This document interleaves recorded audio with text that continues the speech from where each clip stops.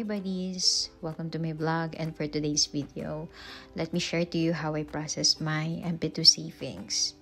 So first step, you need to go to your browser and search for pag-ibigfanservices.com. Just a reminder that this is only applicable if matured na yung MP2 savings nyo. Meaning, natapos nyo na yung 5 years. I'll do my best to make it more shorter and informative. Please bear with me. Actually, I tried to process this ng mas maaga from the initial date nung sinimulan ko yung MP2, pero I got this kind of error. That's why I had no choice kundi mag-antay ng same date kung kailan ko pre-process yung initial remittance ko. Once na nasa page ka na, just click Claim Pag-ibig Savings and look for MP2 Savings Maturity. And on the next page, makikita mo naman yung instruction para makomplete mo yung process ng claim mo. It has 4 steps and they're looking for the photo or scan copy. Maximum 3 MB for you to completely upload the documents. Trinay ko rin i-click yung bawat blue link dun sa ibaba ng numbers para malaman ko kung ano yung mga dapat kong isend. Click proceed and ilagay mo yung MP2 number mo. Once validated, ito yung magpa-pop up. Click proceed and ilagay mo ulit yung MP2 number mo. Ganun din yung email address mo. And magpa-pop up yung information ng current employer mo automatically. Same page, papapiliin ka kung ano yung mode of payment. Paano marireceive yung Pag-ibig savings mo. So, sa akin dyan, pinili ko yung Pag-ibig Loyalty Card Plus, which is I secured months ago. Sa magtatanong kung saan ko nakuha yung Pag-ibig Loyalty Card Plus, please go to your nearest Pag-ibig branch in your area, and it's real time, makukuha nyo rin agad yun. Kailangan lang hintayin siyang ma-activate.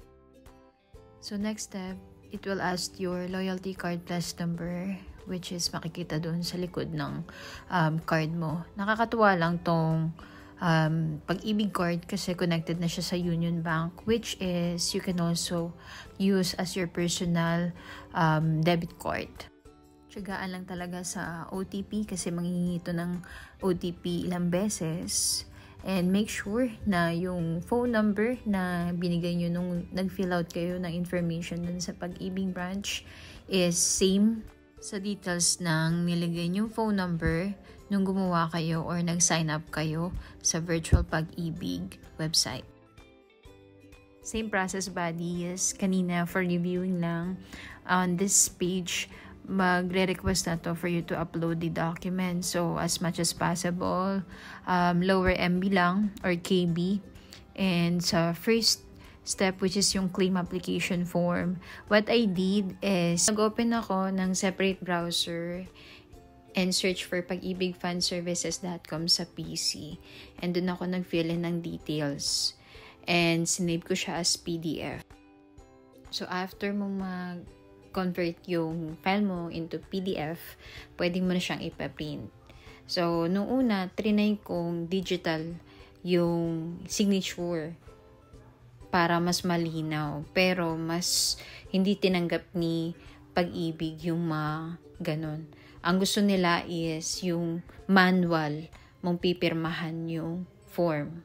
So, ito po yung example ng form na fill in ko sa separate desktop para ma-open ko at ma-type ko manually sa PC yung details from 1 to 7. Para pag pinaprint ko siya, naka-attach na yung information. So, the only thing na binallpen ko dyan is yung number 8, which is my signature. Multiple OTPs ang hihingin sa'yo dito. After mo makatapos sa step 1, sa step 2, manghihingi naman yan ng yung valid ID.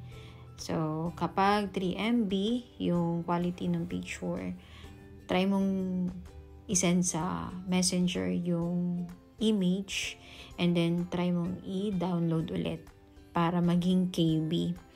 at hindi siya mag-e-error once you upload the documents. That is only applicable if yung valid ID mo tsaka yung selfie photo mo is more than 3 MB. So, just follow yung instruction to make sure or to lessen the error para din hindi ma-delay yung pagpaprocess ng claim mo.